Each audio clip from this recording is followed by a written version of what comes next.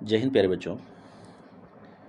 इस video lecture में हम लोग मेनली दो टॉपिक को समझने का प्रयास करेंगे, या आप ऐसा कह सकते हैं कि दो वर्ड। उस दो वर्ड को में एक वर्ड है हमारा डबल सॉल्ट। क्या? Double salt. इसको कहते हैं द्विक लवण। क्या कहते हैं इसको? तो द्विक लवण कहते हैं। अब आप कहेंगे कि सर ये तो द्विक लवण मतलब डबल सॉल्ट हम लोग तो पहले भी पढ़ चुके हैं।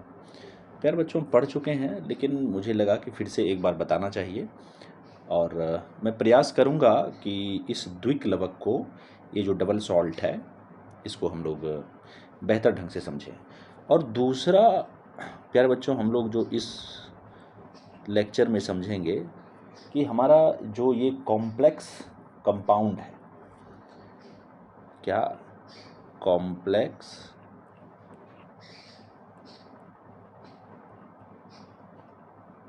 कंपाउंड, या इसको हम लोग कोऑर्डिनेशन कंपाउंड भी बोलते हैं।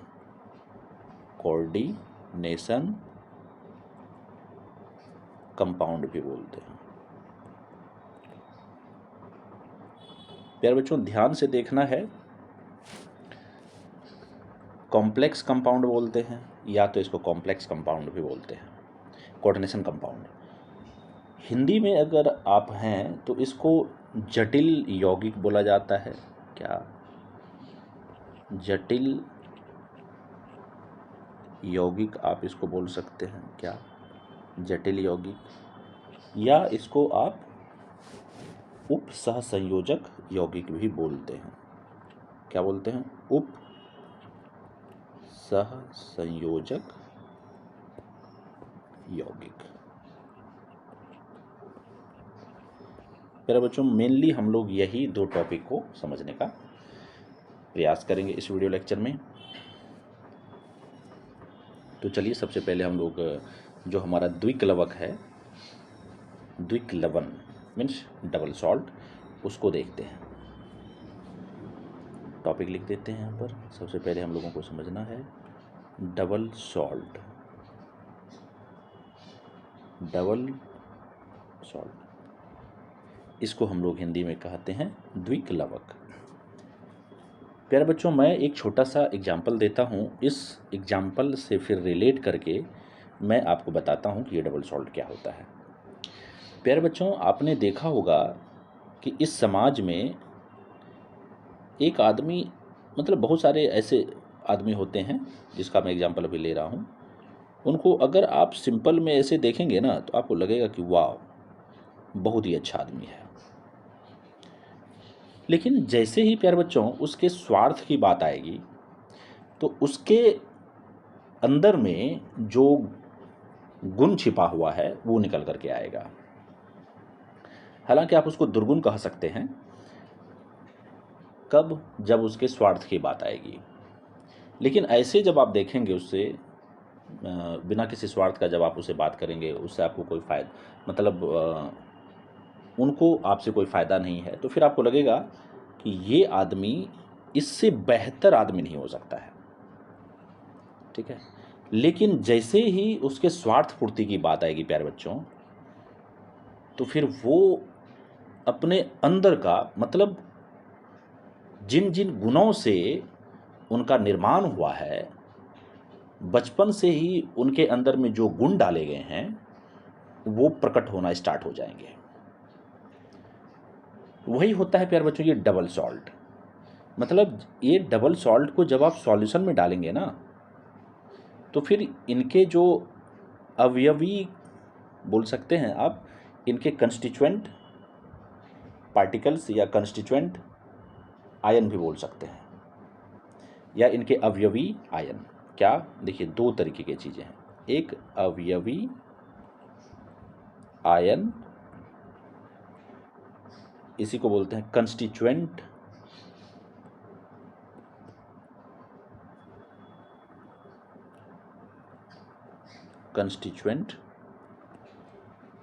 आयन्स। ठीक है, अवयवी आयन या कंस्टिट्यूएंट आयन। तो जैसे ही आप इसको सॉल्यूशन में डालेंगे, वैसे ही प्यारे बच्चों ये जिस आयन्स से मिल करके बने हुए हैं वो सारे आयन टूट करके अलग हो जाएंगे। मतलब सॉल्यूशन में डालते ही ये जिन जिन आयनों से मिल करके बने हुए हैं उस आयन में ये क्या हो जाएगा, ब्रेक हो जाएगा, टूट जाएगा। लेकिन सॉलिड स्टेट में, किसमें, ये सॉलिड स्टेट में, सॉलिड स्टेट में प्यारे बच्चों ये क्या रहेगा, स्टेबल रहेगा। क्या रहेगा, स्टेबल रहेगा। तो अभी हम लोगों ने दो चीज़ों की बात की है। एक तो सबसे पहले बात की कि ये जो डबल सॉल्ट है, इस डबल सॉल्ट, ये डबल सॉल्ट अगर सॉलिड स्टेट में रहता है तो ये बिल्कुल ही स्थिर रहता है। लेकिन जैसे ही इस डबल सॉल्ट को आप सॉल्यूशन में डालेंगे तो ये अपने अवयवी आयन्स, मतलब जिस जिस आयन्स से मिलकर के ये बने हुए हैं, अभी मैं एग्जांपल लूँगा तो आपको बेहतर ढंग से समझ में आ जाएगा। जैसे ही डबल सॉल्ट को आप सॉल्यूशन में डालते हैं, सॉल्यूशन में डालने के बाद ये अपने अवयवी आयन्स, मतलब कंस्टिट्यूएंट आयन में ब्रेक हो जाता है। जैसे एक बड़ा ही बेहतर एग्जाम्पल है, इससे पहले तो मैंने जो एग्जाम्पल लिया है उससे अलग एग्जाम्पल लेता हूँ। आप इससे पहले वाले भी वीडियो मेरा देख सकते हैं जिसमें कि मैंने डबल सॉल्ट और कॉम्प्लेक्सेस के बारे में बताया है।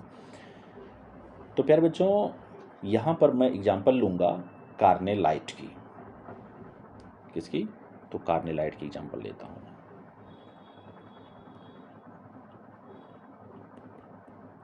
कार्नेलाइट, इसका फॉर्मूला होता है प्यारे बच्चों KCl into MgCl2 into 6H2O। ये कार्नेलाइट का फॉर्मूला होता है। प्यारे बच्चों इसको जैसे ही आप किस में डालेंगे, सॉल्यूशन में डालेंगे, कहाँ, जैसे ही आप क्या करेंगे सॉल्यूशन में डालेंगे तो ये K+ आयन में Mg2+ और ये एक्वस फॉर्म में आ जाएगा। किस फॉर्म में आ जाएगा, तो ये आ जाएगा हमारा एक्वस फॉर्म में, ये भी आ जाएगा हमारा एक्वस फॉर्म में। देखिए यहाँ पर पोटासियम है, यहाँ पर पोटासियम आयन मिला है आपको, मैग्नीशियम है तो मैग्नीशियम आयन में है। अब यहाँ पर क्लोरीन भी तो है, तो मतलब क्लोराइड आयन में भी ये क्या हो जाएगा, ब्रेक होगा। ये भी हमारा एक्वस फॉर्म में ही रहेगा। और टोटल देखिए यहाँ पर एक Cl यहाँ है, एक Cl यहाँ 3Cl है, तो यहाँ पर आ जाएगा हमारा 3 और प्लस यहाँ पर हो जाएगा 6H2O। तो मैंने कहा था ना आपको कि डबल सॉल्ट जो होता है, जो द्विक्लवक होता है, द्विक्लवक जिस जिस आयन से मिल करके बना हुआ है, जब आप इसको सॉल्यूशन में डालेंगे उन सभी आयन्स में ये क्या हो जाएगा, तो ब्रेक हो जाएगा। जैसे देखिए यहाँ पर आपको पोटासियम दिख रहा है, क्लोरीन भी दिख रहा है, मैग्नीशियम भी दिख रहा है, तो ये सभी आयन्स तो यहाँ पर आपको ब्रेक होकर के दिख गया ना, नहीं दिख गया। तो प्यारे बच्चों यही होता है हमारा का क्या, द्विक्लवक। मतलब ये जो डबल सॉल्ट है ठोस अवस्था में अस्थायी रहता है। पहला पॉइंट हमारा क्या हो गया कि ठोस अवस्था में ये, ठोस अवस्था में ये क्या रहेगा, अस्थायी रहेगा। ठीक है, लेकिन विलयन में अस्थायी नहीं रहेगा। क्या, विलयन में ये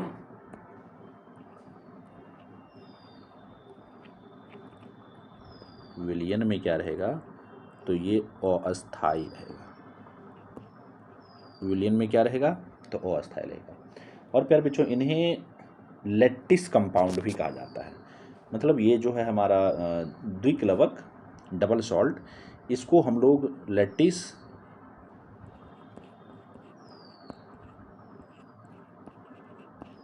कंपाउंड, लैटिस कंपाउंड के भी नाम से जानते हैं।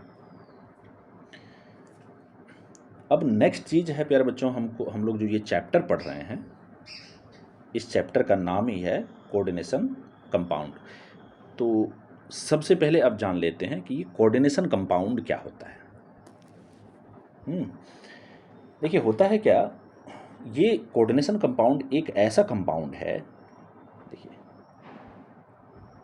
एक ऐसा एडिशन, 1 मिनट, एक ऐसा एडिशन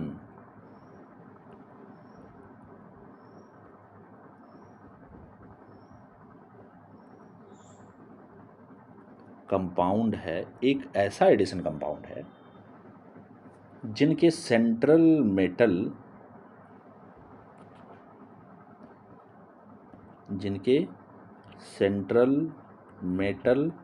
एटम, या आप इसको बोल सकते हैं केटायन, ठीक है। सेंट्रल मेटल एटम के बारे में मैं बता चुका हूँ, फिर इस वीडियो में भी बता दूंगा कि जिनके central metal atom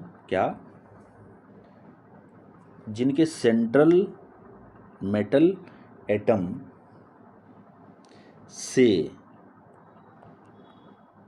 metal atom से दो या दो से अधिक, दो या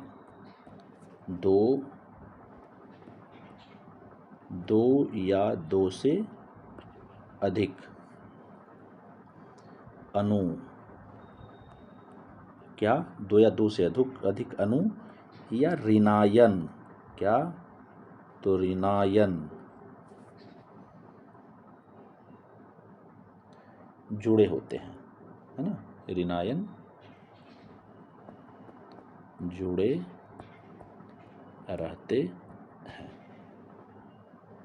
और प्यारे बच्चों, ये जो कॉम्प्लेक्स कंपाउंड है, इसकी अगर हम लोग बात करें, ये जो हमारा उप सहसंयोजक यौगिक है, यह ठोस और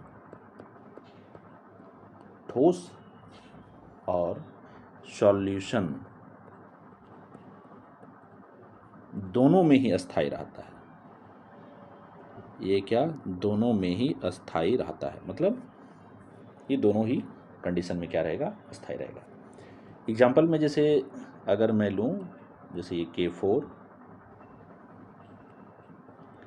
FeCN6 है ना, जब इसको एक्वस सॉल्यूशन में आप डालेंगे, किसमें, जब इसको आप एक्वस मतलब जली सॉल्यूशन में डालेंगे, एक्वस सॉल्यूशन में जब आप डालेंगे, तो ये 4K प्लस FeCN6 4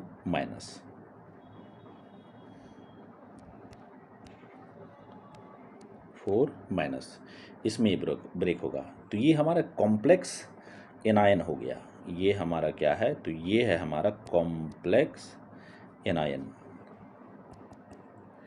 प्यारे बच्चों, मैंने यहाँ पर लिखा है कि ये जो कॉम्प्लेक्स कंपाउंड है, ये एक ऐसा कंपाउंड है, ये एक ऐसा कंपाउंड है जिनका सेंट्रल मेटल एटम, जैसे देखिए यहाँ पर ये आयरन है, ये क्या है, सेंट्रल मेटल आयरन है, और इस सेंट्रल मेटल एटम से ये जो हमारा CN6, ये चारों बगल इसके रहता है ना, इससे ये कंप्लीट रूप से चारों बगल से क्या रहता है, तो घिरा हुआ रहता है।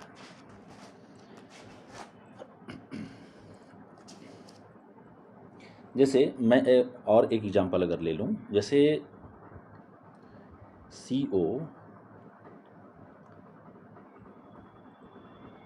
चलिए मैं नेक्स्ट पेज पर ही इसको लेता हूँ, जैसे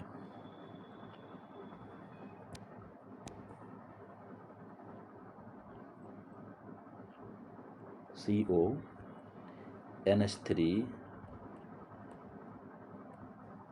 होल 5 Cl, और ये हो गया हमारा Cl2। तो यहाँ पर जो सेंट्रल मेटल एटम कौन है, तो कोबाल्ट है, चलिए कोबाल्ट ले लिया। अब एक NH3 इधर,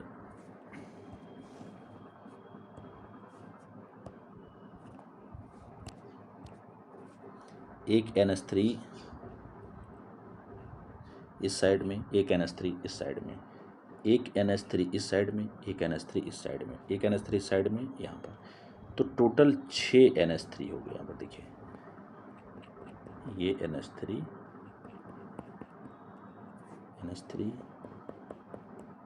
NH3 ये हो गया। और टोटल 3 क्लोरीन है ना, 1 क्लोरीन यहाँ और 2 क्लोरीन यहाँ, तो कहीं पर भी हम इसको लगा देते हैं तो ये हो गया 1 Cl यहाँ, 1 Cl यहाँ एंड 1 Cl यहाँ, है ना।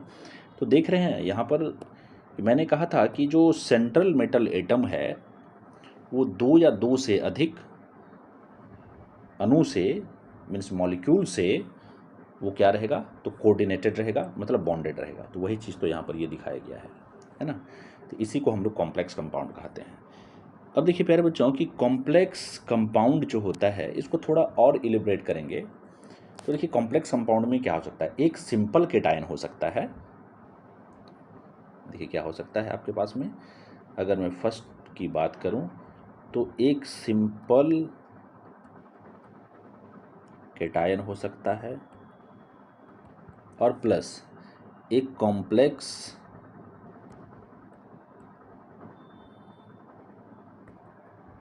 एनायन हो सकता है। और दूसरा चीज़ क्या हो सकता है, दूसरा चीज़ हो सकता है एक कॉम्प्लेक्स केटायन हो सकता है,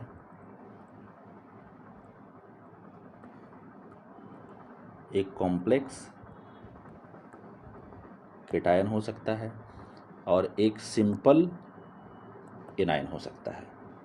और तीसरा चीज़ क्या हो सकता है कि एक कॉम्प्लेक्स केटायन हो सकता है, एक कॉम्प्लेक्स केटायन हो सकता है और एक कॉम्प्लेक्स एनायन हो सकता है ना। और डी में आप चौथा नंबर में ये भी लिख सकते हैं कि दोनों का दोनों क्या हो सकता है, न्यूट्रल मॉलिक्यूल्स भी हो सकता है, इसमें न्यूट्रल मॉलिक्यूल्स भी हो सकता है। चलिए एक एक करके सभी का एग्जांपल देखते हैं। जैसे ऐसा कंपाउंड, ऐसा कॉम्प्लेक्स कंपाउंड देखेंगे जिसमें कि एक सिंपल केटायन होगा और एक कॉम्प्लेक्स एनायन होगा। चलिए देखते हैं। सबसे पहले की अगर हम बात करें, सबसे फर्स्ट में हमने लिखा था क्या, एक सिंपल केटायन हो सकता है प्लस एक कॉम्प्लेक्स एनायन हो सकता है।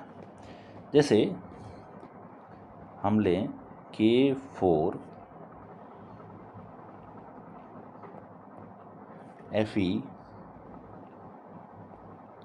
FeCN6, इसकी अगर हम लोग बात करें तो ये जो ब्रेक होगा जब इसको सॉल्यूशन में डालेंगे तो ये 4K प्लस, ठीक है, और ये FeCN6 और ये 4 माइनस, है ना।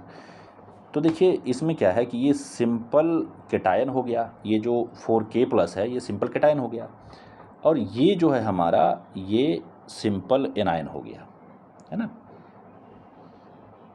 ये सिंपल नहीं, कॉम्प्लेक्स एनायन हो गया, ये हमारा क्या हो गया, कॉम्प्लेक्स एनायन हो गया। अब वहीं पर दूसरे की अगर हम लोग बात करें कि एक कॉम्प्लेक्स केटायन हो सकता है, क्या एक कॉम्प्लेक्स केटायन हो सकता है और एक सिंपल एनायन हो सकता है। इसका एग्जांपल की अगर हम लोग बात करें तो ये हो जाएगा हमारा क्या, जैसे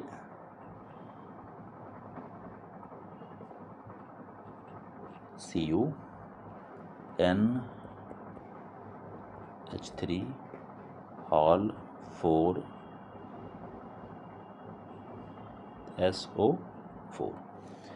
तो जब ये ब्रेक करेगा तो देखिए जब इसको सॉल्यूशन में जब आप डालेंगे तो ये कैसे आयन में ब्रेक करेगा, तो ये हो जाएगा CuNH3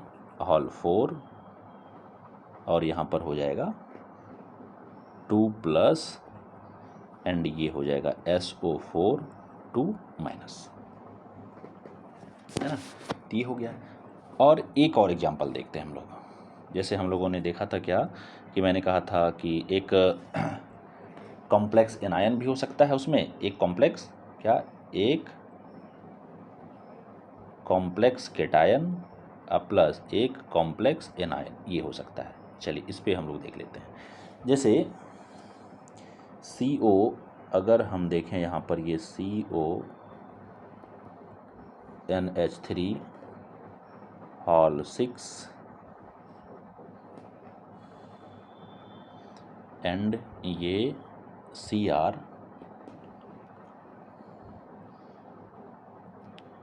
C2O4 हॉल 3 ये। जब इसको आप सॉल्यूशन में डालेंगे तो देखिए क्या होगा। इसको जब आप क्या करेंगे, सॉल्यूशन में डालेंगे, तो यहाँ पर आपको ये मिलेगा, देखिए CONH3 हॉल 6 और ये हो जाएगा 3+ CO C2O4 हॉल 3 एंड ये हो जाएगा 3-। तो ये था प्यार बच्चों हमारा ये टॉपिक। कौन सा? तो एक हम लोगों ने देखा डबल सॉल्ट, जिसको कि हम लोग द्विक्लवक के नाम से जानते हैं। दूसरा हम लोगों ने देखा कॉम्प्लेक्स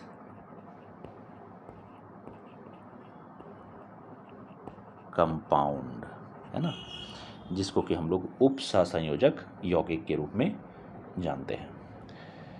तो प्यारे बच्चों बस इस वीडियो लेक्चर को हम लोग यहीं तक रहने देते हैं। पढ़ते रहिए और साथ ही साथ छुट्टी का मौसम है, छुट्टी का भी मज़ा उठाते रहिए, लेकिन पढ़ना नहीं छोड़ना है। थोड़ा थोड़ा करके हर एक दिन कम से कम जो मैं वीडियो लेक्चर दे रहा हूँ आप लोगों को, इसको कम से कम आप देखते रहिए, अपने कॉपी पे नोट करते रहिए और थोड़ा सा याद भी करते रहिए प्यारे बच्चों। बाकी बात जो आपको शाम में समय मिलता है उसको कंप्लीट रूप से आप एंजॉय में गुजार सकते हैं, लेकिन प्यारे बच्चों पढ़ाई नहीं छोड़ना है। तो मिलते हैं आपसे अगले वीडियो में, तब तक आप स्वस्थ रहें, खुश रहें। जय हिंद।